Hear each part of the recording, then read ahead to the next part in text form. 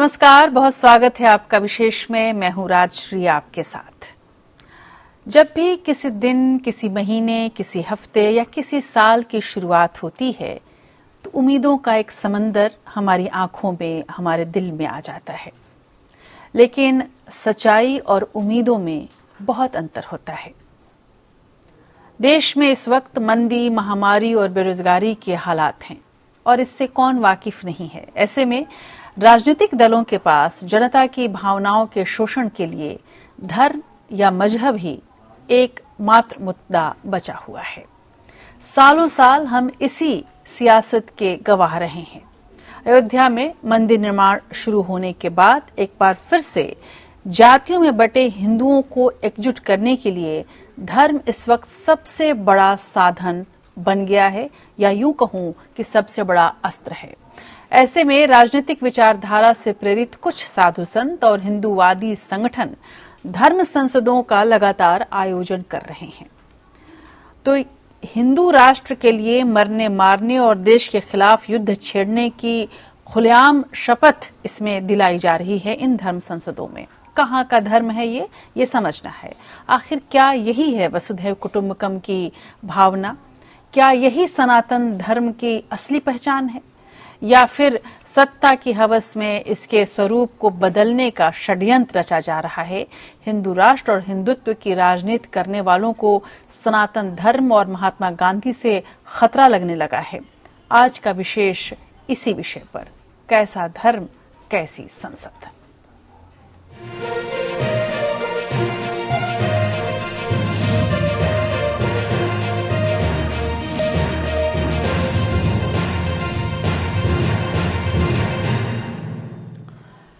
तो हाल के दिनों में घृणा की राजनीति के लिए हिंदुत्व और धर्म संसदों के इस्तेमाल का चलन तेज हो गया है। एक हिंदू होने के नाते मैं इस बात से चिंतित हूं, और मैं ही नहीं, मेरी ही तरह करोड़ों हिंदू इस बात से चिंतित जरूर होंगे। रायपुर और हरिद्वार में आयोजित की गई धर्म संसद में मुस्लिम संप्रदाय का जमकर विषमन उस पर किया गया, तो उदारवादी सनातनी परंपरा को मानने वाले महात्मा गांधी के हत्यारे का भी मंडन किया गया। यही नहीं, देश की राजधानी दिल्ली में भी हिंदू राष्ट्र की स्थापना के लिए मरने मारने की शपथ ली गई। घृणा की राजनीति में अचानक आए इस उफान और इसके कारणों को समझने के लिए एक रिपोर्ट बनानी जरूरी थी। वही रिपोर्ट आपके सामने।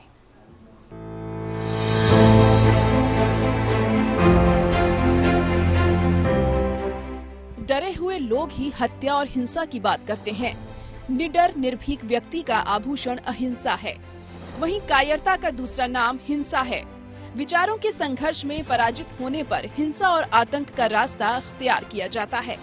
भगवा वस्त्रों में दुबका हुआ ये शख्स कालीचरण है, जो गांधी जी के हत्यारे का खुलेआम महिमा मंडन कर रहा है। रायपुर में 25 और 26 दिसंबर को आयोजित की गई धर्म संसद में कालीचरण समेत कई कथित धर्मगुरुओं ने हिंदू राष्ट्र की स्थापना करने के लिए हथियार उठाने को भी कहा। अकोला निवासी कालीचरण उर्फ अभिजीत सारागे ने अपने बयान पर विवाद छिड़ने के बाद भी वीडियो जारी कर इसे अपनी वीरता के रूप में पेश किया। हमारे सामने कब्जाया, उन्होंने राजनीति के द्वारा कब्जाया, और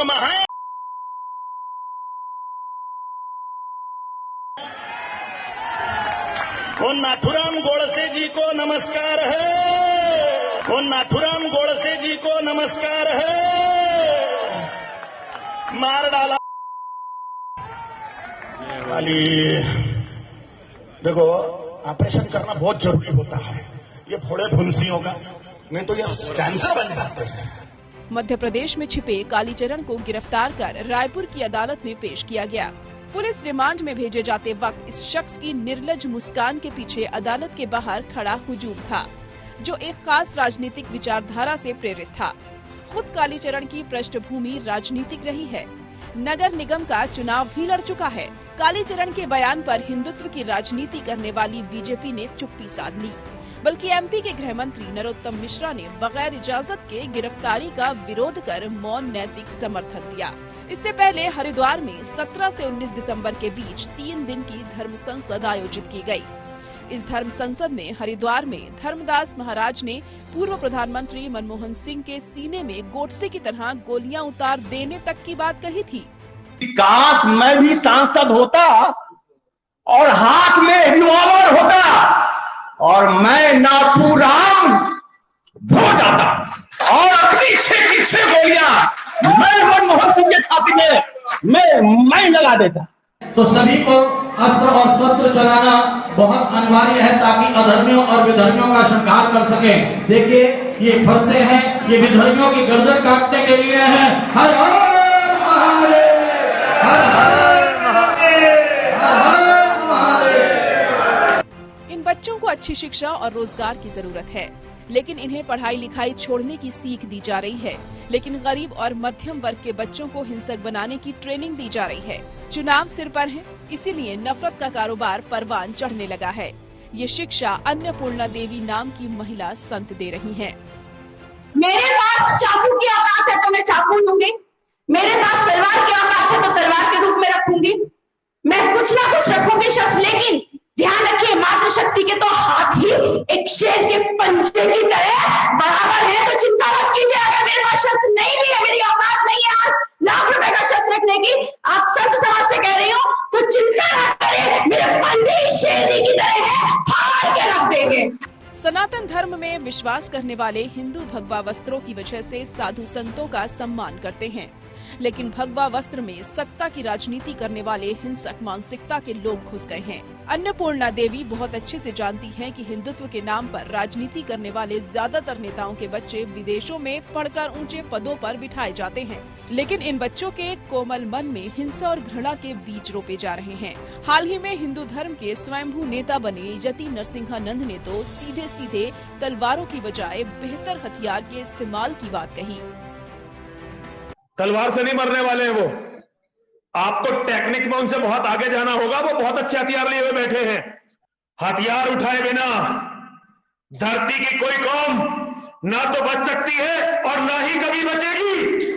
लड़ाई में जीतता वो है जिसके हथियार शत्रु से ज्यादा ताकतवर होते हैं। एक तथाकथित संत आनंद स्वरूप महाराज ने तो हिंदू राष्ट्र के लिए देश के खिलाफ युद्ध छेड़ने तक का आह्वान कर दिया। जिस प्रकार से महामंडलेश्वर जी हिंदू राष्ट्र के लिए पूरे प्रदेश में अलग जगा रहे हैं, आने वाले समय में इसका परिणाम समस्त हिंदू समाज के लिए बहुत अच्छा होने वाला है, बहुत अच्छा होगा। मुझे इस कार्यक्रम में आकर के बहुत ही अच्छी अनुभूति हो रही है। मैं इस कार्यक्रम के लिए अपनी शुभकामनाएं देता हूँ, अपना आशीर्वाद देता हूँ। लेकिन भगवा वस्त्र में छिपे हिंसक राजनीतिज्ञों की इस सभा में कुछ साधु प्रकृति के संत भी थे। उन्होंने मंच से ही महात्मा गांधी के हत्यारे की सराहना का जमकर विरोध किया। वह महात्मा गांधी ने क्या कुछ नहीं किया जिसे राष्ट्रपिता का के उपाधि साथ नवाजा गया। अब उनके विषय में इस धर्म संसद से ऐसी बात, ये हमारा सनातन धर्म नहीं हो सकता। मैं बहुत क्षमा चाहता हूं आप सबसे, आप लोग भले ही बुरा लगा हो, लेकिन तीन धर्म संसद में अपने आप को अलग करता हूं, पृथक करता हूं। धन्यवाद। महंगाई, मंदी, महामारी और बेरोजगारी की मार से परेशान देश की जनता को भरमाने के लिए भगवा वस्त्र में राजनीति की जा रही है। समझा जा रहा है कि 5 राज्यों में चुनाव होने हैं और ऐसे में नफरत और हिंसा के सहारे चुनाव जीतने का माहौल बनाया जा रहा है। हैरानी की बात यह है कि 19 दिसंबर को देश की राजधानी दिल्ली में हिंदू युवा वाहिनी के एक कार्यक्रम में भी इसी तरह घृणा का जहर उगला गया। इस कार्यक्रम में हिंदू राष्ट्र बनाने के लिए हाल में मौजूद लोगों को मरने मारने की शपथ दिलाई गई। इस देश को हिंदू राष्ट्र बनाने के लिए, बनाए रखने के लिए, आगे बढ़ाने के लिए लड़ेंगे, मरेंगे, जरूरत पड़ी तो मारेंगे। जारी हुए एक वीडियो के मुताबिक धर्म संसद में हिस्सा लेने वाले कुछ कथित संत हरिद्वार पुलिस के पास पहुंचे और मौलानाओं के खिलाफ FIR दर्ज कराने की मांग की। इस वक्त पर पुलिस अधिकारी की विनम्रता देखते ही बनती है। इस धर्म संसद का आयोजन करने वाला यति नरसिंहानंद गाजियाबाद का रहने वाला है। अपने विवादित बयानों की वजह से चर्चा में रहने वाले यति नरसिंहानंद पर कई मामले दर्ज हैं। गाजियाबाद पुलिस ने हाल ही में उन पर गुंडा एक्ट लगाने की भी तैयारी की थी, लेकिन प्रशासन ने ये फाइल लौटा दी थी।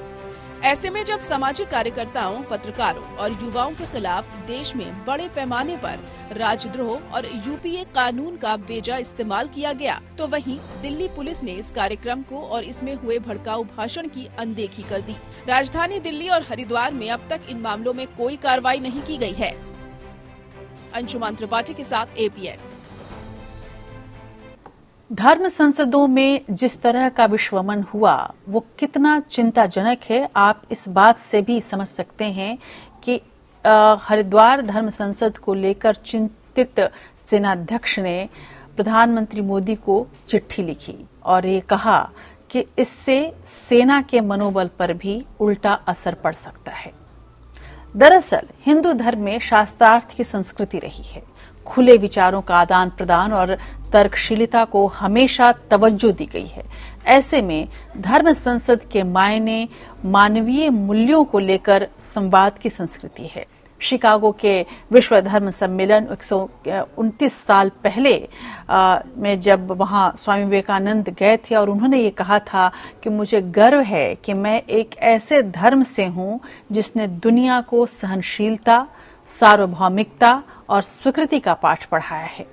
हम सिर्फ सार्वभौमिक सहनशीलता में ही विश्वास नहीं रखते, बल्कि हम विश्व के सभी धर्मों को सत्य के रूप में स्वीकार करते हैं। लेकिन भारत में हो रहे आजकल के तथाकथित राजनीतिक धर्म संसदों के अर्थ बदल गए हैं।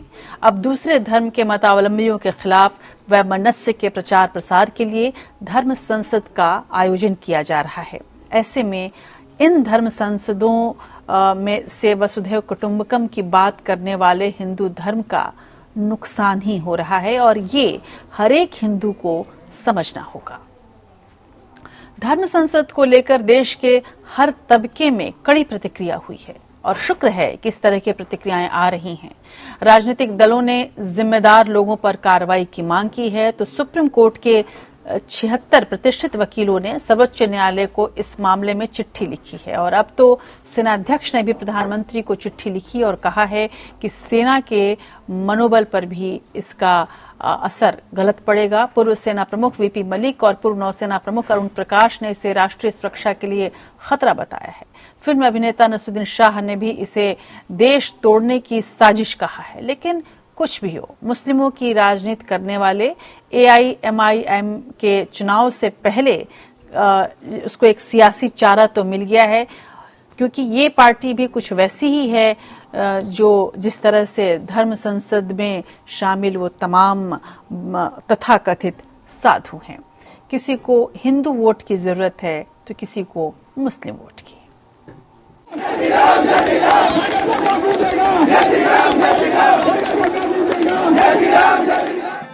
कहने को तो मोदी सरकार आजादी का अमृत महोत्सव मना रही थी। दिल्ली के जंतर मंतर पर भारत छोड़ो अभियान की सालगिरह पर भारत छोड़ो आंदोलन किया जा रहा था, लेकिन नारे भारत को तोड़ने के लग रहे थे। देश की राजधानी में खुलेआम सांप्रदायिक हिंसा की अपील और घृणा फैलाने वाले नारे लगे तो बुद्धिजीवियों ने विरोध किया। नतीजतन दिल्ली पुलिस ने मामला दर्ज कर लिया। आयोजक को जमानत मिल गई और मेन स्ट्रीम मीडिया से खबर गायब हो गई। लेकिन 5 राज्यों में चुनाव के मद्देनजर दोबारा नफरत की सियासत ने फिर सिर उठाया। अब दोनों सांप्रदायिकताएं मिलकर महफिल लूटने की फिराक में हैं। भगवादारी कथित संतों ने जानबूझकर मुस्लिम बहुल अलीगढ़ में 22-23 जनवरी को धर्म संसद बुलाने का ऐलान किया है। जाहिर है कि मुस्लिम फिरका परस्ती की सियासत करने वालों को भी वोट और समाज बांटने का मौका मिल गया है। जो एनार्की पर नहीं, रूल ऑफ लॉ पर भरोसा करते हैं, उन तमाम पॉलिटिकल पार्टीज को अपनी खामोशी को तोड़ना पड़ेगा, क्योंकि हरिद्वार के धर्म संसद में मुसलमानों के खिलाफ एक ओपन जेनोसाइड का कॉल दे दिया गया, जिसमें कहा गया कि म्यांमार में जिस तरह रोहिंग्याओं को बेघर किया गया, मारा गया, उस तरह भारत के मुसलमानों को इस तरह का उनका हाल करना चाहिए। मनमोहन सिंह को गोली से मारने की बात कही गई, जो देश के एक्स प्राइम मिनिस्टर हैं, तो इस पर भी आप रिएक्ट नहीं करें, कब रिएक्ट करेंगे? देश के जाने माने 76 वकीलों ने देश के मुख्य न्यायाधीश NV रमन्ना को पत्र लिखकर घृणा की राजनीति पर रोक के मामले में स्वतः संज्ञान लेने की अपील की है। अपने पत्र में वकीलों ने कहा है कि भड़काऊ भाषण देने वालों के खिलाफ सख्त कार्रवाई होनी चाहिए। उन्होंने अपने पत्र में 9 लोगों के नाम दिए हैं। इन घटनाओं पर पहली बार सेना प्रमुख वीपी मलिक ने गहरा ऐतराज जताया है। उन्होंने कहा है कि इस तरह की बातों से सामाजिक सौहार्द और राष्ट्रीय सुरक्षा को खतरा पैदा होता है। इस मामले में तुरंत कार्रवाई की जानी चाहिए। वहीं नौसेना के पूर्व प्रमुख अरुण प्रकाश ने पूछा है कि इन लोगों के खिलाफ कार्रवाई क्यों नहीं की जा रही है। दरअसल राजधानी दिल्ली एनसीआर में स्कूली बच्चों में नफरत के बीज बोने शुरू कर दिए गए हैं। हाल ही में स्कूली बच्चों को इस तरह की शपथ दिलाते हुए एक वीडियो भी जारी हुआ है। वचन देते हैं, संकल्प लेते हैं, अपने अंतिम प्राण के क्षण तक इस देश को हिंदू राष्ट्र बनाने के लिए, बनाए रखने के लिए, आगे बढ़ाने के लिए लड़ेंगे, मरेंगे, जरूरत पड़ी तो मारेंगे। हालांकि स्कूल ने खुद को इस घटना से अलग कर लिया है, लेकिन इससे पता चलता है कि गांधी के सपनों के भारत को हिंदुत्व की राजनीति करने वाले कैसा बनाना चाहते हैं। फिल्म अभिनेता नसीरुद्दीन शाह ने इसे अल्पसंख्यकों को दूसरे दर्जे का नागरिक बनाने के लिए सुनियोजित रूप से अपमानित करने की साजिश बताया है। उन्होंने कहा है कि ये देश को गृह युद्ध में झोंकने जैसा है। It leaves you aghast when you hear things like this, and I wonder if these people know what they are talking about. Because what they're calling for is a full-scale civil war. 200 million of us are not going to get wiped out that easily. 200 million of us are going to fight back. 200 million of us claim this to be our motherland. 200 million of us belong here. We were born here. Generations of our families have lived here and died here. And I'm certain that if any such movement begins, it's going to be met with a massive resistance and a massive amount of anger. नफरत समाज को इस कदर बांट रही है कि अमन भाईचारे की बात करने वालों के लिए इस दौर में खासी मुश्किल हो चली है। वहीं मध्य वर्ग की राजनीति करने वाले कांग्रेस का वजूद दांव पर लग गया है। ऐसे में पार्टी को समझ में आने लगा है कि अब सनातनी हिंदू धर्म को लेकर हिंदुत्ववादियों से खुलकर मोर्चा लेना होगा। ये एक चीज नहीं है, ये दो अलग शब्द हैं और इनका मतलब बिल्कुल अलग है। मैं हिंदू हूं मगर हिंदुत्ववादी नहीं हूं। ये सब हिंदू हैं मगर हिंदुत्ववादी नहीं है। योगी जी को क्या मालूम कि मैं कहां जाती हूं, कौन से मंदिर में जाती हूं और कब से जा रही हूं। उनको ये मालूम है कि मैं 14 साल की उम्र से मैं व्रत रखती थी। उनको क्या मालूम, क्या वो सर्टिफिकेट देंगे मुझे अपने धर्म का या जो मेरी आस्था है उसका? मुझे उनकी प्रमाण पत्र की कोई जरूरत नहीं है। जो मेरी आस्था है वो मेरी आस्था है। हालांकि खुद को सेक्युलर कहने वाली ज्यादातर मध्यवर्गीय पार्टियां हिंदू मुसलमान के मुद्दे पर बगले झांकने की कोशिश कर रही हैं, क्योंकि उन्हें हिंदू वोट खोने का खतरा नजर आता है। यहाँ तक कि पिछड़ों की राजनीति करने वाले भी जानते हैं कि मंडल पर कमंडल हावी हो चुका है। ऐसे में कई नेता तो मुस्लिम नेताओं को मंच पर जगह देने से भी परहेज करने लगे हैं। लेकिन दिलचस्प बात यह है कि यूपी चुनाव के वक्त शमशान कब्रिस्तान की बात करने वाले पीएम मोदी फिर यूपी चुनाव की वजह से इस मुद्दे पर मौन साधे हुए हैं। वरना वो इतने संवेदनशील हैं कि किसी क्रिकेट खिलाड़ी की उंगली की चोट पर ट्वीट करना वो पसंद करते हैं, बल्कि गाड़ी के नीचे पिल्ले के आ जाने पर भी भावुक हो जाते हैं। कोई भी व्यक्ति, हम अगर कार चला रहे हैं, अब वी आर अ ड्राइवर और कोई ड्राइव कर रहा है और हम पीछे बैठे, फिर भी एक छोटा कुत्ते का बच्चा भी अगर कार के नीचे आ जाता है तो हमें पेन फील होता है कि नहीं? होता है। मैं अगर मुख्यमंत्री हूं या नहीं हूं, मैं एक इंसान हूं, कहीं पर भी कुछ बुरा होगा तो दुख होना बहुत स्वाभाविक है। बीजेपी की सांसद साध्वी प्रज्ञा ने जब गोडसे का महिमा मंडन किया था तो प्रधानमंत्री मोदी ने कहा था कि वो उन्हें कभी भी दिल से माफ नहीं करेंगे। गांधी जी या गोडसे के सामने में जो भी बातें कही गई या इस प्रकार के जो भी बयान दिए गए, ये भयंकर खराब है, हर प्रकार से घृणा के लायक है, आलोचना के लायक है। सभ्य समाज के अंदर इस प्रकार की भाषा नहीं चलती है, इस प्रकार की सोच नहीं चल सकती। इसलिए ऐसा करने वालों को 100 बार आगे सोचना पड़ेगा। दूसरा, उन्होंने माफी मांग ली, अलग बात है, लेकिन मैं अपने मन से माफ नहीं कर पाऊंगा, मन से माफ नहीं कर पाऊंगा। लेकिन हिंदू मुसलमान को चुनाव में भुनाने के लिए गंगा, गाय, धर्म, हिंदू की बात करने वाले प्रधानमंत्री मोदी इस मुद्दे पर मौन हैं। पूर्व प्रधानमंत्री मनमोहन सिंह की हत्या की बात कही जा रही है, लेकिन मोदी सरकार गौर करना जरूरी नहीं समझती। ये देश का न्यू नॉर्मल है। मान लिया गया है कि अब खुलकर गांधी के सनातन धर्म को खत्म करने के लिए गांधी की ही कुत्सित प्रचार से वैचारिक हत्या करनी पड़ेगी। बल्कि सोशल मीडिया में भी राजनीतिक पार्टियों की IT सेल सक्रिय हो गई हैं। भाड़े के ये लड़ाके नफरत की सियासत के लिए और भी भड़काऊ ट्वीट्स और पोस्ट कर रहे हैं। लेकिन देश ओमिक्रॉन के खतरे से सहमा हुआ है। उससे ज्यादा खौफ उसे महंगाई, मंदी, रोजी रोजगार और बीमारी महामारी से इलाज को लेकर है। लेकिन सियासत मजहब का इस्तेमाल कर इन्हीं गरीबों की लाश गिनने पर आमादा है, क्योंकि सांप्रदायिक हिंसा में मौत किसी हल्कों की होती है या कोई अब्दुल दंगों की भेंट चढ़ता है और नेताओं की कई पीढ़ियां विदेशों में पढ़कर ऐश करती हैं। अंशुमान त्रिपाठी के साथ APN।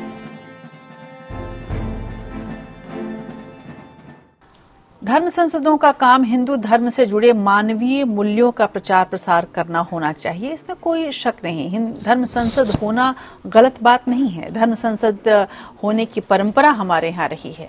हिंदू धर्म की विशिष्टता उसकी उदारता, सहनशीलता, करुणा, दया, प्रेम, श्रद्धा और भक्ति से है, जो उसको दूसरों धर्मों से अलग करता है, जुदा करता है और साथ ही इस सनातन धर्म की जड़ों को और मजबूत करता है। लेकिन युवा पीढ़ी को धर्म की अच्छी बातों की शिक्षा देने के बजाय कथित धर्मगुरु दूसरे धर्मों के प्रति बैर रखना सिखा रहे हैं। ऐसे में सांप्रदायिकताएं समाज को सहनशील बनाने के लिए एक दूसरे से नूरा कुश्ती करके एक दूसरे को मजबूत करती हैं। अगर यही हाल रहा तो हर शहर, हर गांव बंट जाएंगे और छोटे छोटे फिलिस्तीन और यरूशलेम का बनना कोई आश्चर्यजनक बात नहीं रहेगी। इसीलिए इस प्रवृत्ति को पूर्व सेना प्रमुख, बुद्धिजीवी और सच्चे संत इसे सामाजिक समरसता और राष्ट्रीय सुरक्षा के लिए खतरा मानते हैं। और सबसे बड़ी बात यह है कि पूरी कवायद धर्म की निजी स्वतंत्रता की आड़ में संविधान की मूल भावना का हनन है और संविधान विरोधी भी। आज हम बात कर रहे हैं धर्म और राजनीति की खास सांठगांठ की। सवाल सिर्फ धर्म संसद का ही नहीं है, सवाल सामाजिक समरसता का भी है। भारत की पहचान अनेकता में एकता से है, लेकिन धर्म के नाम पर राजनीति से प्रेरित लोग अल्पसंख्यकों और दलितों को लगातार निशाना बना रहे हैं। और तो और इनकी महिला विरोधी मानसिकता भी उदार समाज को खत्म करने का षड्यंत्र कर रही है। किस तरह से, देखिए रिपोर्ट। कम्युनिस्ट विचारधाराओं से है, अगर खतरा है तो मस्जिदों से है, अगर खतरा है तो मदरसों से है, अगर खतरा है तो इन चर्च से है, अगर खतरा है तो उन लोगों से है जो ईद की मुबारकबाद देते हैं।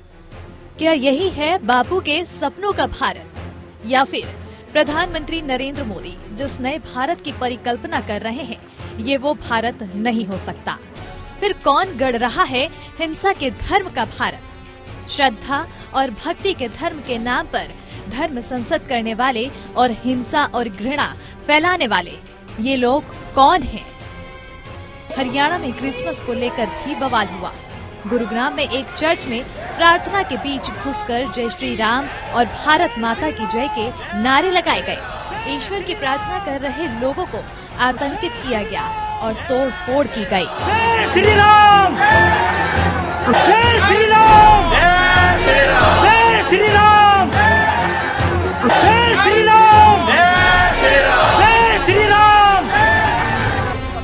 हरियाणा के ही गुरुग्राम में खुले में नमाज अदा करने के विरोध में कथित हिंदू संगठनों ने जमकर उत्पात किया।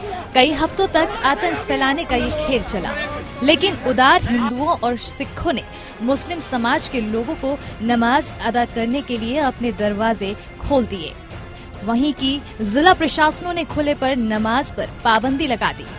खुद मुख्यमंत्री मनोहर लाल खट्टर भी खुले में नमाज के विरोध में उतर आए। खुले में ऐसा कार्यक्रम नहीं होना चाहिए कि नमाज पढ़ने की जो प्रथा यहाँ खुले में हुई है, ये कतई भी सहन नहीं की जाएगी। ये आग यूपी के नोएडा तक पहुंची। सेक्टर 24 के पार्क के पास मजार के करीब नमाज अदा करने पहुंचे लोगों को प्रशासन ने अनुमति नहीं दी। हिंदुत्व का ये प्रयोग बिहार में भी सांप्रदायिकता सुलगाने के लिए शुरू हो गया। जिन राज्यों में चुनाव हैं, वहां ऐसे कार्यक्रम कर हिंदुओं को जोड़ने की कोशिश की जा रही है। अगली धर्म संसद 22 जनवरी को अलीगढ़ में आयोजित की जा रही है, ताकि उदार हिंदुओं को भी कट्टर बनाया जाए और उनके वोट लिए जाए। उत्तर प्रदेश हिंसक हिंदुत्व की प्रयोगशाला रही है। लव जिहाद के नाम पर कुछ मामले ऐसे सामने आए हैं जिनमें आरोपी की गिरफ्तारी के साल भर बाद भी चार्जशीट दाखिल नहीं की गई, तो शिक्षा के स्तर पर भी प्रयोग जारी है। उत्तर प्रदेश उच्चतर शिक्षा सेवा आयोग ने अपनी वेबसाइट पर अकबर इलाहाबादी, तेग इलाहाबादी और राशिद इलाहाबादी के नाम के आगे प्रयागराजी कर दिया गया। अकबर प्रयागराजी को लेकर विरोध होने पर भूल सुधार कर ली गई थी, लेकिन इष्ट देव की साधना वाले हिंदू धर्म के नाम पर मुस्लिम, दलित, आदिवासी और पिछड़ों से द्वेष की राजनीति की जा रही है। मुसलमानों के बाद इन कथित हिंदुत्ववादियों का सबसे बड़ा दुश्मन दलित ही है।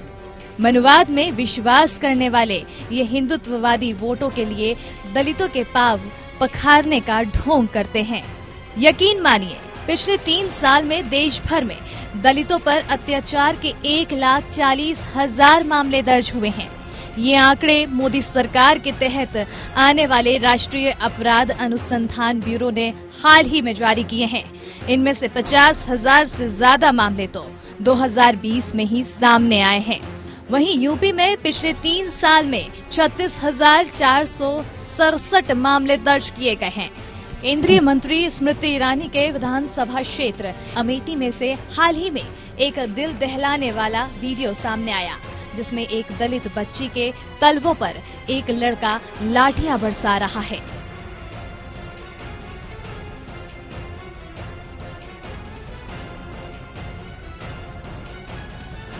कांग्रेस महासचिव प्रियंका गांधी ने इस मामले में योगी सरकार को 24 घंटे के भीतर कार्रवाई करने की चेतावनी दी। गांधी परिवार के विधानसभा क्षेत्र रहे अमेठी की वजह से कांग्रेस की नजर में ये मामला आया, वरना हाल ही में कानपुर के एक गांव में एक नाबालिग लड़की से लगातार की महीनों से सामूहिक बलात्कार होता रहा और गर्भवती होने पर बलात्कारी ने पेट पर लात मार दी, तो लड़की के पिता ने उसे अस्पताल में भर्ती कराया, जहां जच्चा बच्चा दोनों की मौत हो गई। ये आरोप पीड़िता ने अपने ही एक वीडियो इंटरव्यू में लगाया था। लेकिन ना तो योगी सरकार की ओर ना ही प्रियंका गांधी की नजर इस मामले पर पड़ी। क्या वो दलित लड़की थी इसलिए लड़ नहीं सकती थी, या फिर कांग्रेस ने कानपुर की सीट बेच दी है? जिला प्रशासन ने बच्ची की लाश गांव नहीं ले जाने दिया क्योंकि ये दूसरा हाथरस मामला था। वहीं भैरव घाट पर अंतिम संस्कार जबरदस्ती करवा दिया गया, तो आदिवासियों और उनके लिए काम करने वालों को नक्सली और माओवादी बताकर जेलों में ठूसा जाता है। आपको बता दें कि 84 साल के स्टेन स्वामी को तो जेल में बीमारी की हालत में पानी पीने के लिए सिपर देने का विरोध NIA ने किया था और अदालत ने जिस दिन उनका संज्ञान लिया उसी दिन उनकी मौत हो चुकी थी। मध्य प्रदेश आदिवासियों पर अत्याचार के मामले में NSRB की ही रिपोर्ट में टॉप पर है। हालांकि पाताल पानी नाम की जगह का नाम भील नेता टंटिया मामा के नाम पर कर दिया गया है। मध्य प्रदेश में तो पिछले 5 साल में आदिवासियों के विकास के नाम पर जारी किए जाने वाले केंद्र के बजट में 60% की कटौती कर दी गई है। वहीं पिछड़ों से इन मनुवादी हिंदुओं को खतरा नजर आता है, क्योंकि मंडल कमीशन की रिपोर्ट लागू होने के बाद पिछड़ों ने स्वर्ण जातियों के वर्चस्व को पिछड़ा वर्ग ने चुनौती दे दी है। लेकिन ये आरक्षण विरोधी हिंदुत्व पिछड़ों को धर्म के नाम पर एकजुट कर अल्पसंख्यकों, दलितों और महिलाओं के खिलाफ इस्तेमाल करने की रणनीति पर काम कर रहा है। मंदिर आंदोलन में भी पिछड़ों का ही जमकर इस्तेमाल किया गया। कल्याण सिंह, विनय कटियार और उमा भारती जैसे तमाम उदाहरण हैं, लेकिन सभी इस्तेमाल के बाद हाशिए पर पहुंचा दिए जाते हैं। वहीं पिछड़ों, आदिवासियों और दलितों के आरक्षण को भी चालाकी से खत्म किया जा रहा है। उत्तर प्रदेश में हाल ही में पिछड़ों की सीटों को चोरी से हटाने का आरोप लग रहा है। बहरहाल हिंदुत्व और हिंदू धर्म में यही फर्क साफ है। हिंदू धर्म श्रद्धा, भक्ति, प्रेम, भाईचारा, करुणा, दया, शील, कोमलता और साधुता की बात करता है, लेकिन हिंदुत्व साधु के वेश में अल्पसंख्यकों, दलित, आदिवासियों, महिलाओं और पिछड़ों से बैर सिखाता है। अंशुमन त्रिपाठी, APN। दरअसल धर्म संसदों का काम होना चाहिए कि वो हिंदू धर्म में जातिवाद, भेदभाव, असमानता, अशिक्षा को दूर करने का प्रयास करें, लेकिन विडंबना ये है कि हिंदुत्व की राजनीति करने वाले नेताओं के बच्चे विदेशों में उच्च शिक्षा लेने के बाद वहां के उदार समाज में अच्छी नौकरी और अच्छा वेतन मान पाते हैं और लोकतांत्रिक व्यवस्था का लाभ उठाते हैं। वहीं हिंदू के कथित धर्मगुरु यहां बच्चों को शिक्षा छोड़ कट्टरपंथी और हिंसक बनने की दीक्षा दे रहे हैं। दरअसल हिंदू धर्म में व्याप्त भेदभाव, असमानता और जातिवाद की वजह भी यही पाखंड की संस्कृति है। हमारे वेद, शास्त्र और पुराण नैतिकता की शिक्षा देते हैं, लेकिन व्यवहार में ये तथाकथित धर्मगुरु इसके उलट काम करते दिखाई पड़ते हैं। यही वजह है कि दलितों के प्रति अत्याचार, महिलाओं के प्रति अपराध और आदिवासियों का दमन कम होने का नाम नहीं ले रहा। सवाल ये है कि हिंदू राष्ट्र का सपना देखने वाले ये कथित साधु संत ये सब देखकर भी आंखें बंद कर लेते हैं, जबकि धर्म संसदों का आयोजन इन विषमताओं को दूर करने के लिए किया जाना चाहिए और तभी शायद हम आदर्श हिंदूवादी समाज में प्रवेश कर पाते। बहरहाल धर्म संसदों में विषाक्त भाषणों ने हिंदू धर्म की शिक्षाओं की ओर ध्यान खींचा है। क्या स्वामी विवेकानंद का हिंदू धर्म यही है, जिनके विराट व्यक्तित्व वाले चित्र का हिंदुत्व की राजनीति में जमकर इस्तेमाल होता है? क्या महात्मा गांधी का सनातन धर्म यही है, जिनको कायराना तरीके से गोली मार करके हत्या कर देने के बाद भी 70 सालों से उनके विचारों की हत्या की लगातार हर मिनट, हर पल कहीं न कहीं कोशिशें चल रही हैं? अगर ये हिंदू धर्म है तो हिंदुत्व क्या है? हिंदुत्व की विचारधारा के जनक विनायक दामोदर सावरकर क्या कहते हैं हिंदुत्व के बारे में, ये समझना जरूरी है। ये फर्क भी समझना आज हर किसी के लिए जरूरी है कि आखिर हिंदुत्व और हिंदुत्व से प्रेरित राजनीति में आपसी भेद क्या है।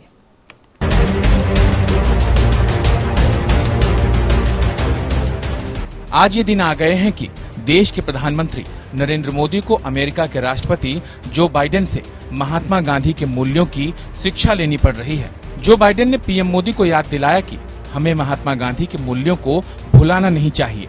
भारत में मुस्लिम विरोधी हिंसा की घटनाओं को लेकर दुनिया भर में हो रही आलोचना के मद्देनजर इसे अमेरिकी राष्ट्रपति का संदेश समझा जा रहा है। ऐसे में प्रधानमंत्री नरेंद्र मोदी को जननायक मानने वालों को तब बहुत निराशा हुई जब महात्मा गांधी के हत्यारे का खुलेआम महिमा मंडन हो रहा है और पीएम मोदी ने चुप्पी साध रखी है। जबकि बीजेपी सांसद साध्वी प्रज्ञा ने जब गोडसे की सराहना की थी तो जबरदस्त विरोध होने पर पीएम मोदी को कहना पड़ा कि वो साध्वी को दिल से माफ नहीं कर पाएंगे। गांधी जी या गोडसे के सामने में जो भी बातें कही गई या इस प्रकार के जो भी बयान दिए गए, ये भयंकर खराब है, हर प्रकार से घृणा के लायक है, आलोचना के लायक है।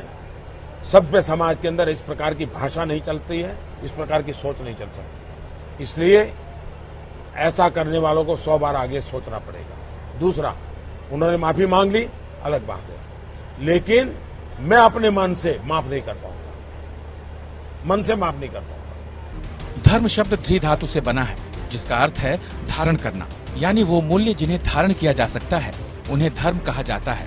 इसलिए सनातन धर्म वसुधैव कुटुंबकम की भावना है। ऋग्वेद कहता है कि सभी दिशाओं से अच्छे विचारों का हम आवाहन करें। ऋग्वैदिक काल जाति और वर्ग विहीन समाज का प्रतीक है, जिसमें महिलाओं की भी बराबर की भागीदारी रही है। हमारी विविधता में भी विश्वास करने वाली सनातनी संस्कृति को सेमिटिक धर्म में बदलने का षड्यंत्र रच रहे हैं। सेमिटिक धर्म में एक ही पुस्तक और एक ही आराध्य है। ये धर्म विविधता को स्वीकार नहीं करते। जिस धर्म के अनुयायियों के तीर्थस्थल भारत में हैं, सिर्फ वही हिंदू हैं और हिंदुओं के लिए हिंदू राष्ट्र है। दूसरे लोग दोयम दर्जे के नागरिक हैं। उन्होंने ये भी साफ कहा है कि हिंदू धर्म और हिंदुत्व एक दूसरे से अलग हैं। हिंदुत्व को एक राजनीतिक विचारधारा बताते हैं, जबकि सच्चाई सामने आने के डर से आरएसएस प्रमुख मोहन भागवत ने कहा है कि हिंदू और हिंदुत्व एक ही है। कांग्रेस समझ चुकी है कि हिंदुत्व से लड़ना आसान नहीं है, क्योंकि हिंदू धर्म मानने वाले लोगों को धर्म के नाम पर बहकाया जा रहा है। उन्होंने जयपुर की रैली में हाल ही में हिंदू और हिंदुत्व की परिभाषा बताने की कोशिश की। ये एक चीज नहीं है, ये दो अलग शब्द हैं और इनका मतलब बिल्कुल अलग है। मैं हिंदू हूं मगर हिंदुत्ववादी नहीं हूं। ये सब हिंदू हैं मगर हिंदुत्ववादी नहीं है। ऐसे में धर्म संसदों के बहाने दूसरे धर्मों के प्रति घृणा पैदा कर भगवा वस्त्रों में छिपकर सनातन धर्म पर हमला किया जा रहा है, जबकि ऋग्वेद में भी भक्ति और श्रद्धा को ज्ञान के बराबर ही महत्व दिया गया है। वहीं घृणापूर्ण चिंतन की तिलांजलि की भी बात कही गई है।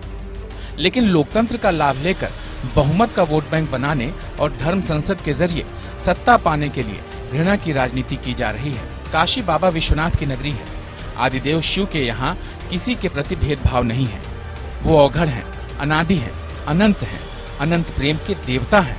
लेकिन काशी विश्वनाथ के कॉरिडोर के उद्घाटन के वक्त औरंगजेब का जिक्र आता है और फिर शिवाजी को भुनाया जाता है। इस देश की मिट्टी बाकी दुनिया से कुछ अलग है।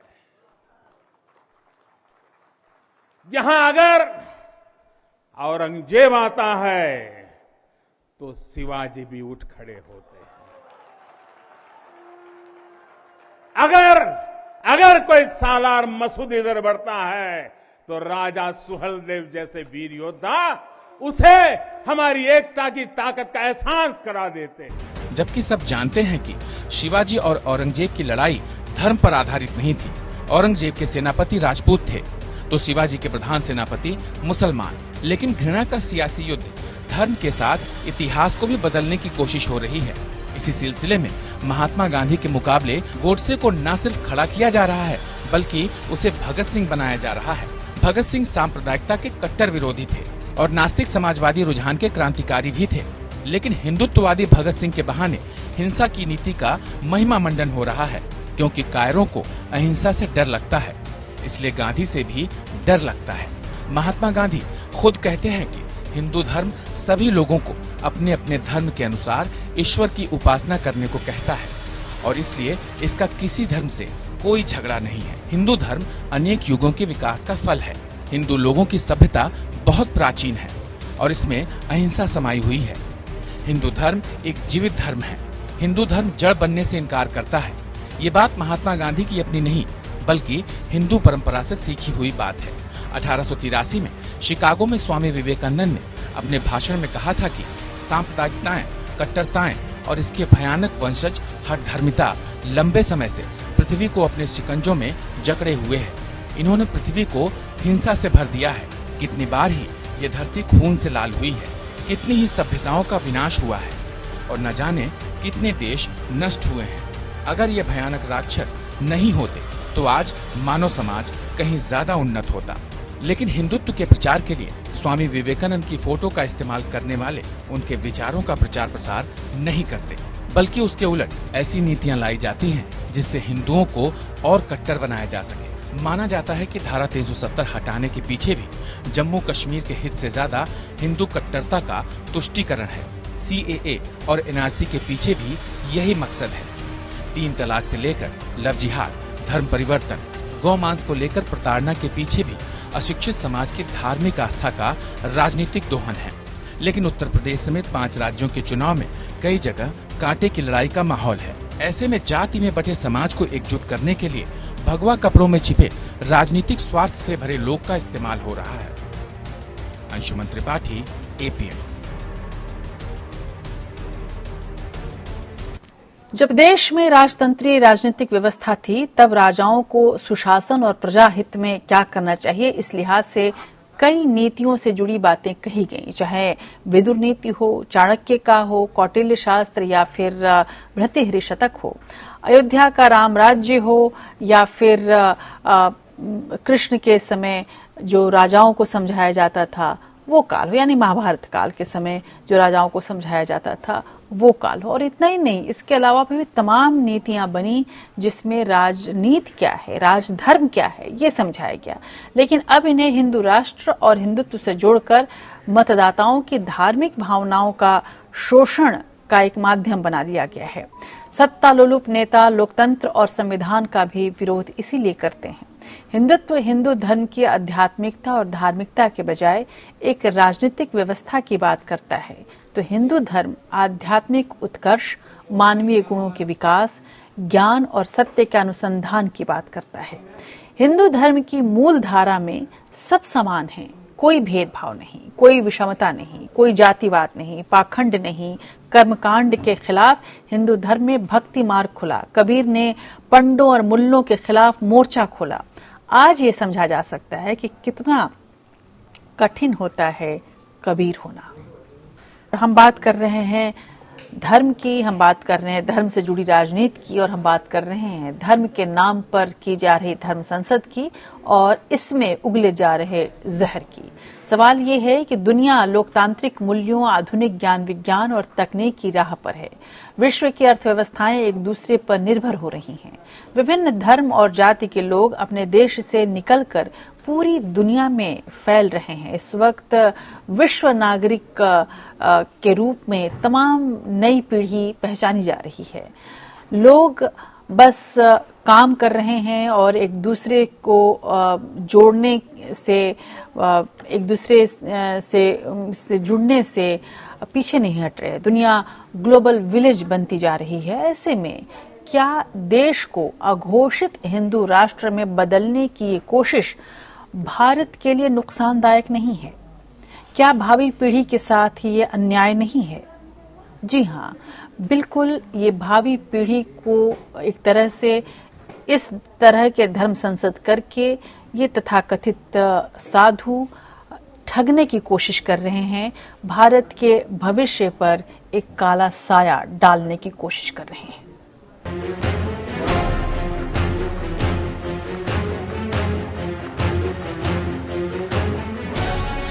धर्म वो है जो मानवता के विकास में सहायक हो।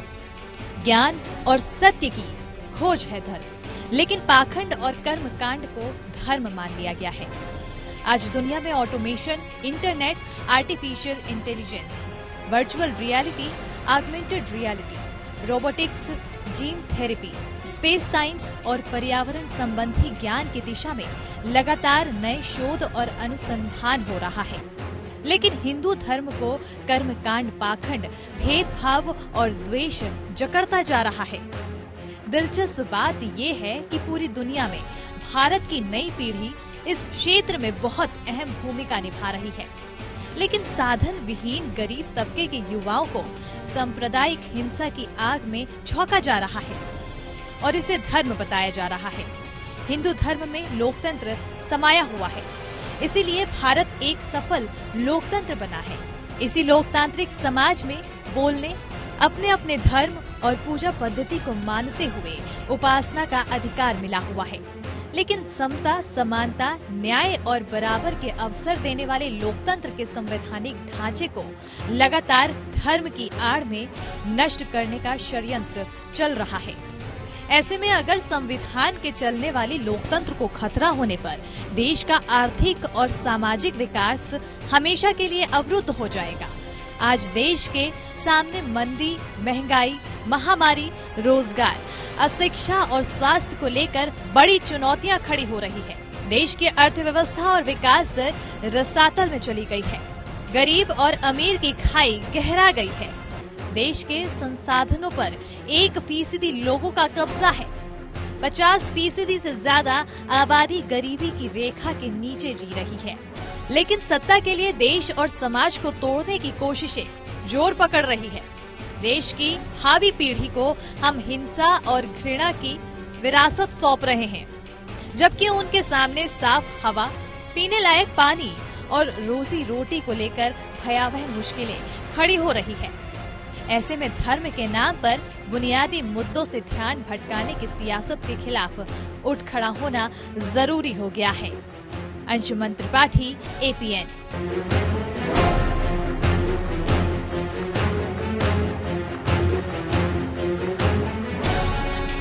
पूरी दुनिया में समता, समानता और न्याय किसी भी समाज में विकास के लिए स्थापित मूल्य हैं। सनातन धर्म की सबसे खूबसूरत बात यही है कि इसमें सभी लोकतांत्रिक मूल्य ऋग्वैदिक काल से ही अंतर्निहित हैं। इसी लिहाज से भारत को दुनिया का सबसे पुराना लोकतंत्र कहा जाता है और ये कहना अतिशयोक्ति नहीं लगता। लेकिन ज्ञान और सत्य की खोज के लिए दुनिया में मशहूर सनातन धर्म को अब रूढ़िवादी, पाखंडी और कर्मकांडी बनाने की ये चेष्टा हिंदुओं के खिलाफ एक बहुत बड़ा षड्यंत्र है और भावी पीढ़ी के लिए अहितकर भी। धर्म वही अमर हो सकते हैं जो चिरंतन मूल्यों में विश्वास करते हों, मानवता के पक्षधर हों, इंसानियत की बात करते हों, इंसानी सेवा की बात करते हों। हिंसा का मानव समाज में कोई स्थान नहीं है। हिंसा की परिणति हमेशा विनाश में हुई है, क्योंकि कायर ही हिंसक होते हैं। निर्भीक हमेशा अहिंसक होता है। इसीलिए गांधी को मिटाने की कोशिश सनातनी मूल्यों को मिटाने की कोशिश है, ये कहा जा सकता है। तो आज विशेष में इतना ही, लेकिन इस बात की गुजारिश के साथ, इस बात के आग्रह के साथ कि चाहे आप हिंदू हो, मुस्लिम हो या किसी भी जात के हो, कोई भी धर्म मानते हो, हर एक धर्म का जो अंतिम शिक्षा है वो शिक्षा यही है कि एक ही ब्रह्म है। उसको अलग अलग तरीके से हम पाते हैं, अलग अलग राहों पर चलकर उसे समझने की कोशिश करते हैं और इस जो मूल बात है इसको न भुलाते हुए इंसान से इंसान के नाते को, मानवता के रिश्ते को न भुलाते हुए हम एक दूसरे से जुड़े रहेंगे और 130 करोड़ जनता वाला ये देश, ये पुरातन देश इसी तरह से अपने सनातनी परंपराओं को आगे बढ़ाएगा। कुछ ऐसे लोग आते रहेंगे जो हमें भटकाएंगे, पर उस भटकाव में हमें नहीं पड़ना है, बल्कि संविधान ने जो हमें अधिकार दिए हैं, जो हमें कर्तव्य दिए हैं, उनका निर्वहन हम सम्यक तरीके से करते रहेंगे। इस आग्रह के साथ आज बस इतना ही। अगले हफ्ते फिर आपके सामने खास विशेष के साथ उपस्थित होंगी। तब तक मुझे दीजिए इजाजत। नमस्कार।